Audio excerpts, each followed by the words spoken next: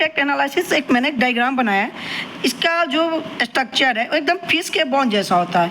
ये होता है हमारा कॉज और ये होता है इफेक्ट। कॉज क्या है और उसका क्या इफेक्ट हो सकता है? कॉज क्या है, क्या कारण है?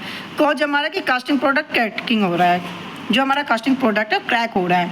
तो और इसका इफेक्ट क्या पड़ेगा? जो आपका प्रोडक्ट हो डैमेज हो जाएगा, आपका जो फाइनल प्रोडक्ट है वो एनजी बन जाएगा। इसमें 6 चीज़ मैंने आपको बोला था, measurement, material, method, environment, man power, machine, material, method and environment. अब इसमें 3 चीज़ होता है। एक तो प्राइमरी प्रॉब्लम, प्राइमरी ले कॉज होता है, एक सेकेंडरी होता है, एक टर्शियरी कॉज होता है। जिसमें हमने दिखाया कि inaccurate monitoring of casting parameter, कि जो हमारा पैरामीटर था वो सही नहीं था, इन एक्यूरेट था, वो करेक्टली नहीं था। जो कि स्टैंडर्ड होना चाहिए, जो टेम्परेचर और प्रेशर का जो पैरामीटर है जो सही होना चाहिए वो सही नहीं था, जिसके कारण हम मेजरमेंट की इशू बनी और प्रोडक्ट पे इम्पैक्ट पड़ा। ये तो हो गया मेजरमेंट इशू। अब आते हैं मटेरियल। इसमें मटेरियल में क्या था?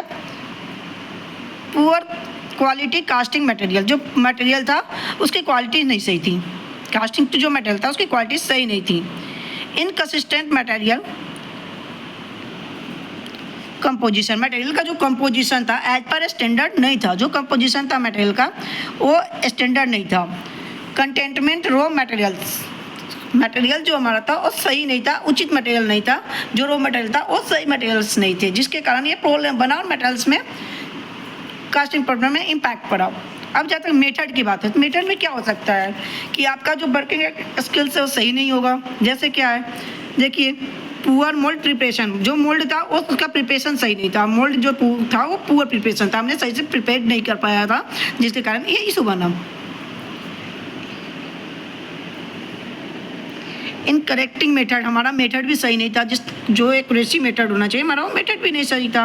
इन अप्रोप्रिएट कास्टिंग प्रोसीजर, जो हमारा प्रोसीजर था काम करने का वो अनुचित नहीं था, वो भी गलत था, जिसके कारण मोल्डिंग पे इफेक्ट पड़ा। ह्यूमिडिटी, अब इन्वायरमेंट आ गया, तो इन्वायरमेंट में क्या क्या हो सकता है? टेम्परेचर का इशू हो सकता है, ह्यूमिडिटी का इफेक्ट हो सकता है।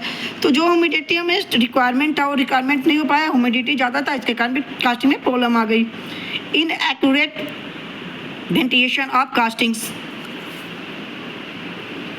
इनएक्यूरेट वेंटिलेशन था, मतलब कि जो एक्यूरेसी नहीं थी वेंटिलेशन में, उसके कारण हो गया। अपर्याप्त था। 5वां हो गया आपका इनएडिक्वेट ट्रेनिंग। अब आ गया मैन पावर। मैन पावर में क्या इशू हो सकता है? या तो उसको ट्रेनिंग सही नहीं मिली होगी या उसके पास एक्सपीरियंस नहीं होगा काम का, यही तो इशू आएगी।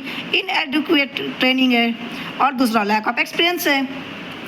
अब आइए आप मशीन में क्या आ सकता है कि उसका मैन्युफैक्चरिंग कास्टिंग इक्विपमेंट सही नहीं होगा।